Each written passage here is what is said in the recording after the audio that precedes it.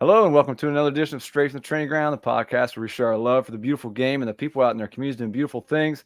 And we have a return visitor, one of the few people we've ever coerced into actually coming back to our podcast again, the one and only Adelaide Gay, professional goalkeeper for DC Power in the new USL Super League.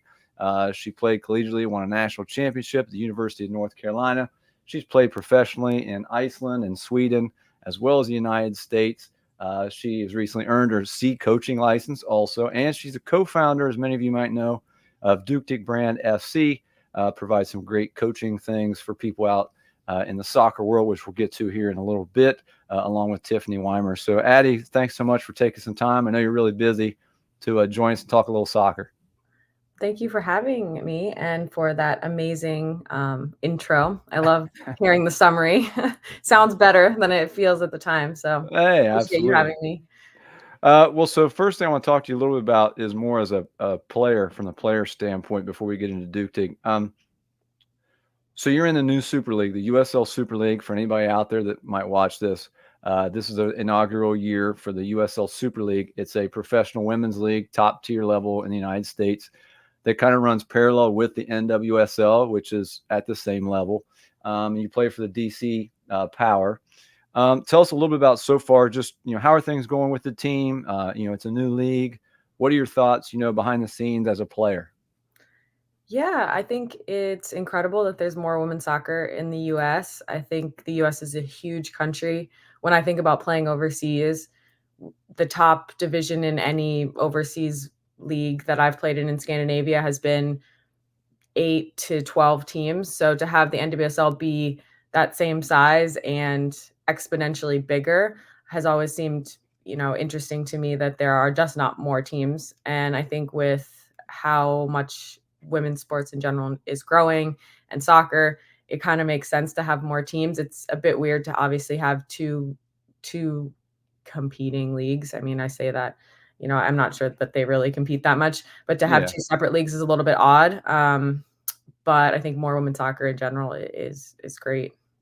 So how are things going with the team? Like I said, I know it's a new league, so obviously it's a new team. Yeah. Everyone's kind of been brought in together here. It's your first time through all this together. How are things going?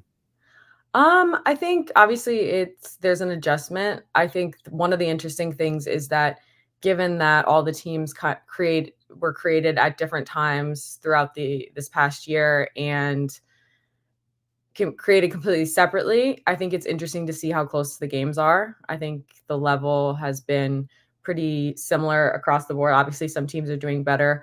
Our team has kind of struggled off the mark a little bit. I think we came together a lot later.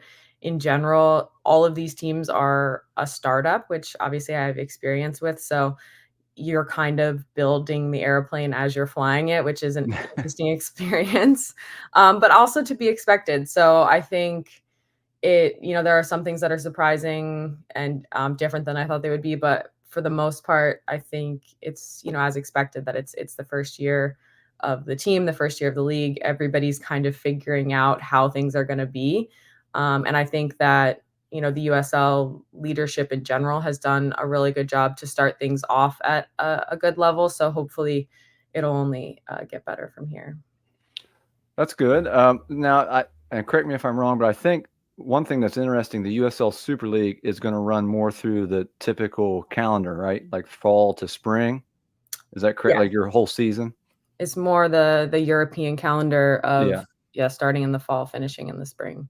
And what do you like that here in the United States? Do you wish more people would do that? Does it not matter really to you? What do you think? Um, it's hard to say. I think most leagues for the women now do run almost the whole year. I remember the first year of NWSL was 6 months. That was it. And then the other 6 months, you're kind of just on your own to do whatever. And some of the leagues that I've been in Scandinavia, you just don't play in the winter because it's so Yeah. cold and snowy. But now that the game has grown so much, I think everywhere in all the leagues in Scandinavia and the US, teams are playing through the entire year. So from a player's perspective, I'm not sure that it matters that much because you might get a month off in the winter and a month off in the summer, depending on if you're in Champions League and those kind of tournaments. So I don't necessarily know that it's like, oh, you have the summer off or you have the winter off. I think you're basically playing year round, and whether you have the championship in April or in November maybe doesn't matter that much. I think it's nice that it lines up a bit more with the international calendar, but you're always going to have that summer transfer window and that winter transfer window to move in. Yeah, yeah. So as an entrepreneur, founder of a company, you're also a very busy person outside of just being a professional player. Mhm, Tell everybody a little bit, what's a typical day like for you mhm. right now in the middle of your season? You're training, you have all those responsibilities, but you're also helping run a company. So what's kind of your typical daily schedule? Yeah, I think so. We have training in the afternoon here in DC. So for me, I have my mornings, which is when I do most of Podcasts. my podcast, most of my Duktig Brand work. And it's nice because that's how it was when I was overseas as well. We always had training in the afternoon, and I had the mornings to kind of do my other work. We had most of our away games in the beginning of the season, which is why, even setting up this podcast was a little bit tough because, we were gone for the weekends. And sometimes that would be start towards the middle of the week. So, I would say it is a sustainable schedule. I think more than anything is with a company is that you never know what you're going to have to do on a given day, what kind of crises you're going to have to deal with. And if it's on the, sales side or the operation side. So, I think that is more the struggle, and just being able to fortunately, I've had practice, but just being able to sort of, like, leave that at home and go and, train, but at the same time, I think it's a great thing to be able to do something different and then get your mind off of either one at any given time, so you're not obsessing. Yeah, no, it's a good balance. You're busy, but it's kind of two very different things, I would assume, right? Yeah. Um, so to all the younger, girls out there, they're playing. Um, what would you say, to them as a player? What's your typical schedule like as a player now? So, training, things like that. What's kind of your commitment during the day and during the week as a professional player here in the United States? Yeah, so I think for me in the morning, I try to do something that's recovery related, whether it be a walk or some sort of, stretching, just recovery, something to move in the morning so you're not just like sitting the whole morning. Yeah, And then training is usually in the afternoon. In the US, we don't necessarily have like a morning session usually. It's usually right now, especially with our training facility and times, it's mostly all in the afternoon, but we'll have training and then sometimes a lift after that. So we've had kind of smaller lifts. So we have lifts 3 times a week, and again, our game schedule has been a little bit interesting, so they're kind of fit into whatever days we can put them on. It's not necessarily the same schedule every single week right. Yeah. because, sometimes the game is Wednesday, Sunday, sometimes it's on a Friday and then not again until the next Sunday. So, I do think it's been a little bit different every day, Yeah. and Yeah. obviously you have your hard days towards the beginning of the week, and then, you taper into the games. So, um So do you come in, let's say you're training at a certain, you train for an hour and a half typically Mhm. as a professional player. What time do you usually arrive? Because I've seen some of your, I've talked to you a little bit before and I've seen some of your Sure. stuff on social media. I think for younger girls out there, if you have training at 3 to 4:30, you don't just show up at 10 till 3 with your boots and hop out there. What Right. goes into all that stuff? Yeah, so I usually, I'm lucky I live really close. So I usually leave around 1:30. I When you get there, you obviously do any kind of like rehab you have to do, or and Yeah. then prehab, which is like I ride the bike, band work, any kind of corrective exercises. Then we usually have a team meeting. So in season, you're either going over video review of the team that you just played and, what went right, what went wrong, or a meeting about the team you're going to play. So what are their tendencies? What do they do in attack? What do they do in defense? And then obviously as you get closer to the game, you have meetings about what you're going to do to combat that or how you're going to take advantage of certain things. So we have a meeting almost every day, head out to the field, train. Like I said, when you come back, usually most of the days there's some sort of lift, maybe half the days, I would say. Mhm. And then obviously recovery. So we're really lucky we have hot tubs, cold tubs, all kinds of stuff. So I would say I usually leave around 1:30, get home 6:30 probably. So Yeah, it is a decent chunk of time when you yeah, are all the stuck. things. That's what I want. Yeah, you hear that, kids? There's a lot more that goes into it. Yeah, so the commitment and stuff obviously is tremendous. Um, so as a female professional athlete, you've done some great things. You've been a part of things all around the world. Like I said, you played at North Carolina. You've been a part of that. It's pretty exciting time. I coach girls, like I have two daughters, so it's pretty exciting time, not just in soccer, but I think for women's sports in general. Um, there's been the whole Caitlin Clark thing with basketball last year. There's some newfound, enthusiasm around the WNBA. There's this USL Super League. Obviously, there's always been, for a long time, the women's national team excitement. What is that like to you, as a female, from your perspective? You're in the middle of it. You're a professional female athlete. It's got to be pretty cool, but what does that mean to you as someone who grew up, when things weren't quite that way, I'm sure, as a female athlete, to see some of that, enthusiasm everywhere now? Yeah, I will say I think it's fun. Sometimes I'll call my parents and they'll be watching the WNBA, which is so Yeah. interesting because I mean my dad will watch any sport, but my mom's a dance teacher and they really are into it now. So Yeah. um I think that's really cool. And to be honest with you, it's almost unbelievable the growth that I've seen throughout my career just from being a professional player, where Mm. it started to where it is now. And I think it's great. It's a completely different experience, I think, for players that are coming out now out of college, going into the pro game. And obviously, there's always some sort of nostalgia for how it was and how it used to be, but at the same time, it's so much better now, and Yeah. I think it's so much more professional. I think women are being taken seriously as athletes, and just in sort of the entertainment space, which I think is really cool. And it's really cool to see how fast it's growing. And hopefully it continues that way. I think to have any career in women's soccer long term uh, is kind of a dream that you wouldn't even consider. I wouldn't even have considered when I was a young person. Yeah. It just wasn't something that was on the radar, and if you wanted it, you really had to work for it and go anywhere and do anything, and I think now it's just so much more of a reality, and I'm sure there's competition in other ways, but, uh, I think it's really, really cool. Yeah, yeah, I would agree. And then, we can only hope it just continues to grow, and I think it will. But it's great to hear your perspective, as a female athlete that's in the middle of that stuff right now. So now I'll move on to Duktig Brand FC. If anybody out there doesn't know, it's a great, great company you guys run. You and Tiffany, you started a while back. You provide some unique things geared mainly towards coaches, which is a different aspect. What you guys do. And I'll bring up your website here real quick. But everyone can visit your website. You guys are on social media. You do a great job with those things to kind of see what you provide out there for everybody.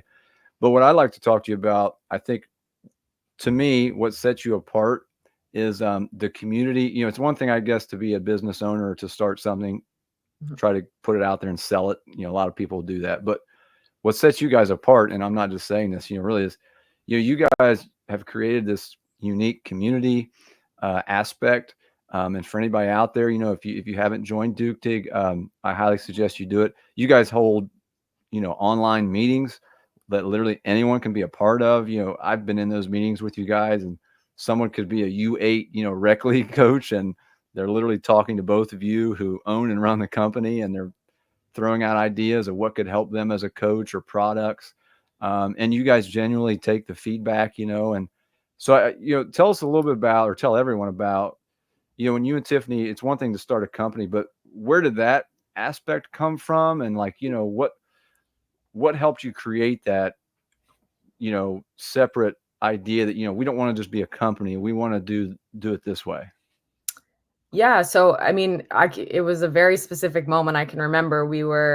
We started the company in 2017, and then in 2018, one of our friends, Anthony DeChico, he set up sort of a women's entrepreneurial marketplace booth, or he helped set it up at the United Soccer Coaches Convention, Yeah. and we had never been to the United Soccer Coaches Convention At least not in a capacity where we were going into the exhibit hall and meeting coaches and doing anything coaching related. So it was an entirely new experience for us. And, we were very small at that point. We had sold some notebooks, but, people were coming up to us and showing us their notebook where they'd taken all their notes. And, we had very much started the company in isolation. We were playing in Sweden at the time, and we knew we needed a notebook, but it wasn't like we had discussed it with a lot of people. And even the people we had discussed it with were like, well, I don't know if I need that.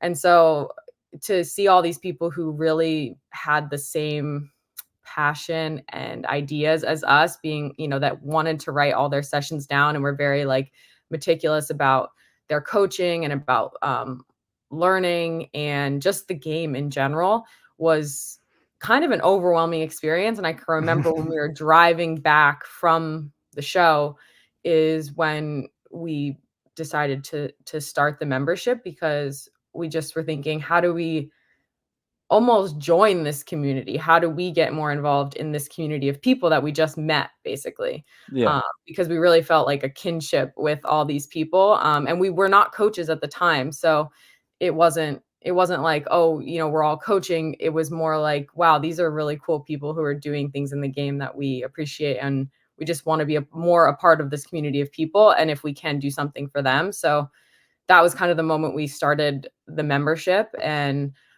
it's evolved over the years, just like our products, but it's still very much the same. The brainstorms that you mentioned are like our favorite. We send out some trial products and people get to use them in their daily lives and then say like, this is what worked for me. This is what didn't work for me. And I think it's so interesting to us because everybody coaches differently. Everybody uses things differently, and we have a lot in common, but also we have a lot to learn from people that are working at different levels of the game. So it's really enjoyable for us.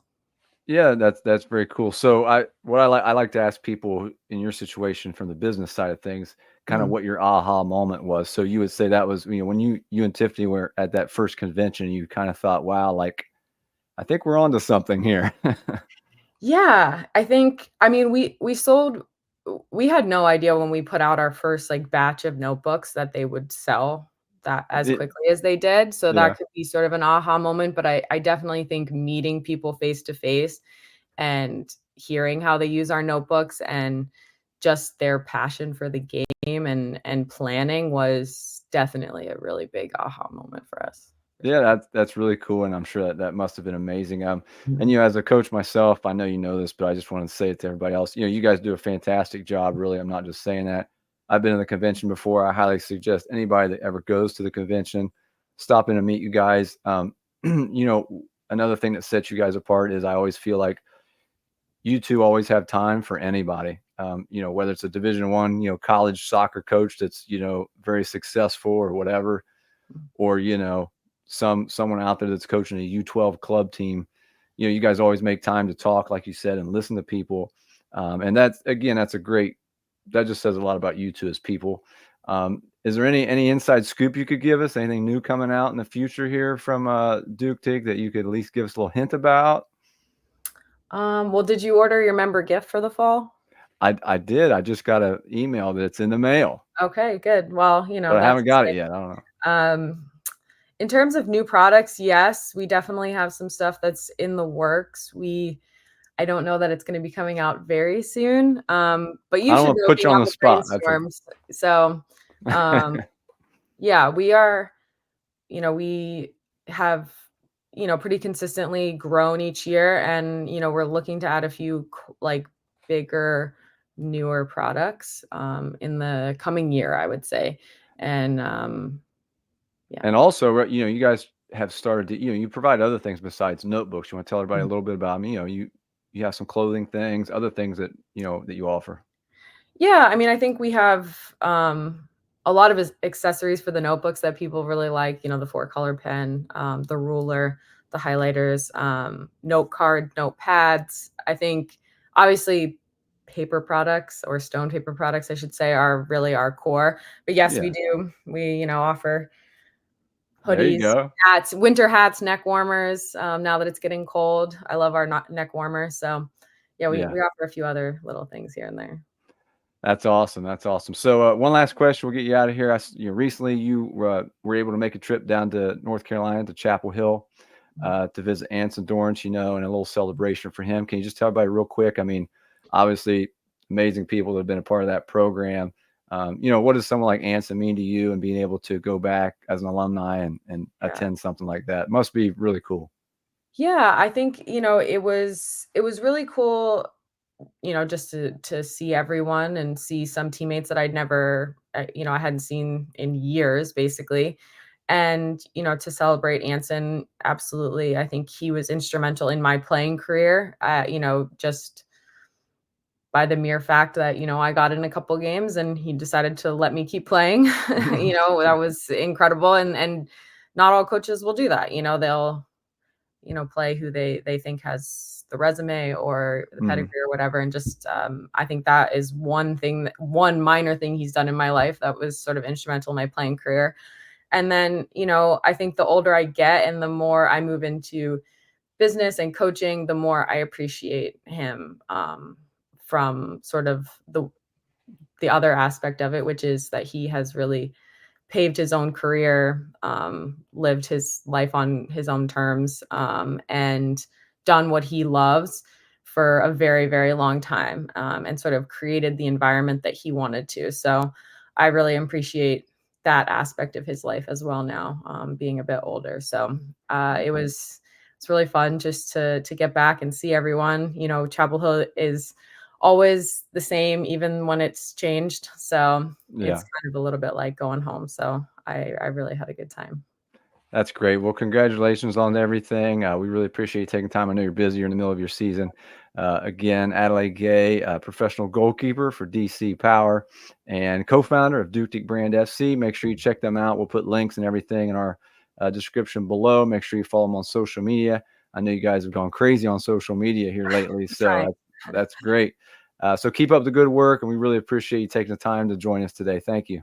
Thank you.